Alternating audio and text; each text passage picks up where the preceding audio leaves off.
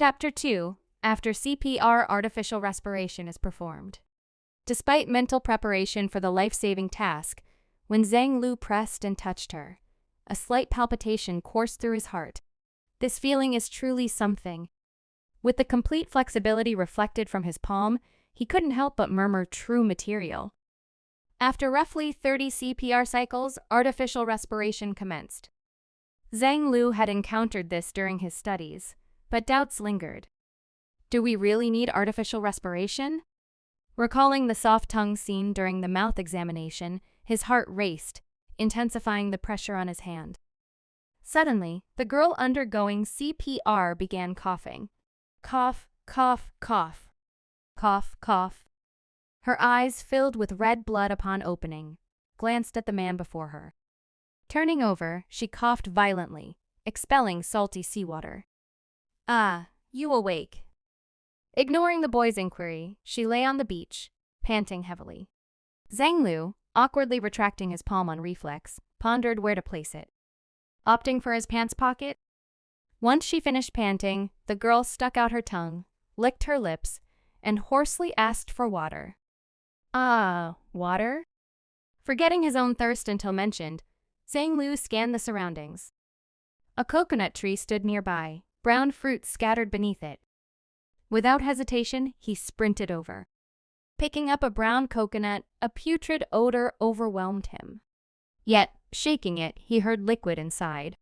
Though they are not as pristine as store-bought coconuts, could they contain drinkable juice after opening? And if there are coconuts, we must be in the tropics, right? With simple geographical knowledge flashing in his brain, Zhang Liu ran towards the girl with the coconut in his hands, then froze. There is a thick shell on the outside of the coconut, and there are self-service machines in supermarkets to help open it. But where will the tools come from here? The girl, pondering the issue, fell silent, eyeing the brown coconut in Zhang Liu's hand. "I'll look for a rock to open it." Zhang Liu turned around, quickly spotting the reef beach a little further away. Driven by thirst, he found a medium-sized stone, picked it up, and struck the coconut shell. The fiber material in the coconut shell serves as strong insulation. It needs only blunt stones. Zhang Liu knew a hard shell lay within the coconut, feeling a sense of helplessness about the time it would take to open it. Yet he pressed on. If you don't knock it, you won't be able to eat it. He grasped this fact. The coconut shell, both hard and slippery, evaded several knocks, with the stone falling but the shell slipping away. A hoarse voice from the girl beside him suggested, "How about you hit it on a rock?" Prompted by the reminder, Zhang Liu followed her advice.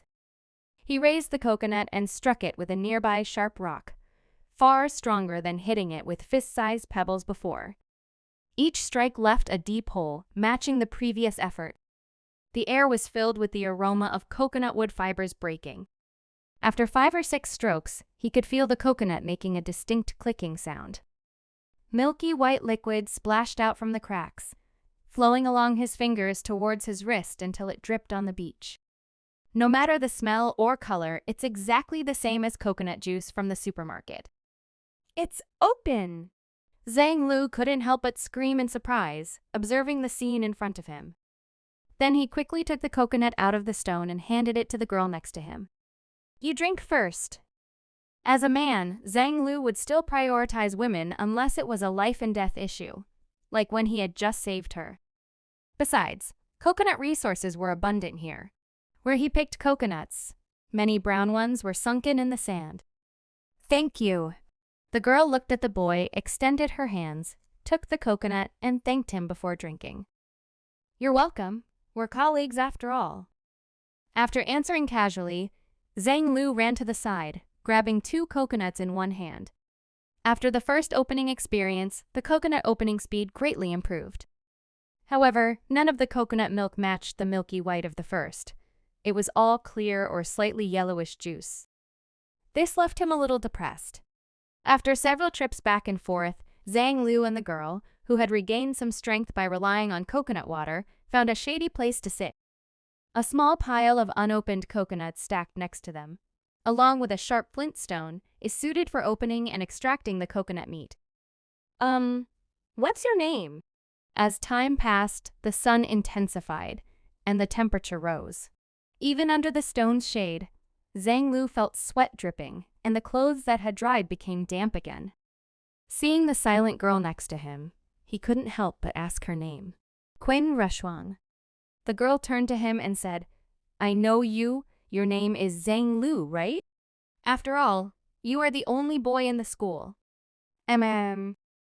Because my family is poor, I came to your aristocratic girls' school to help improve the acceptance rate," Zhang Liu explained awkwardly, his expression becoming a little unfortunate. Most of the day had passed, and there was no sign of rescue. He didn't even know what to do next. Is it really possible to start surviving in the wilderness, like in those wilderness videos? But those videos only showed scenes of success and not many failures. Now, if it were truly my turn to try and make mistakes, how many opportunities would there be for success and mistakes? And what should we do now? With these thoughts, Zhang Liu's original optimism gradually faded. Qin Reshuang, observing the boy's sad expression, thought of her sister Qin Ruyan, also on the plane crash. "I've been saved. But what about her? Would she be as lucky?"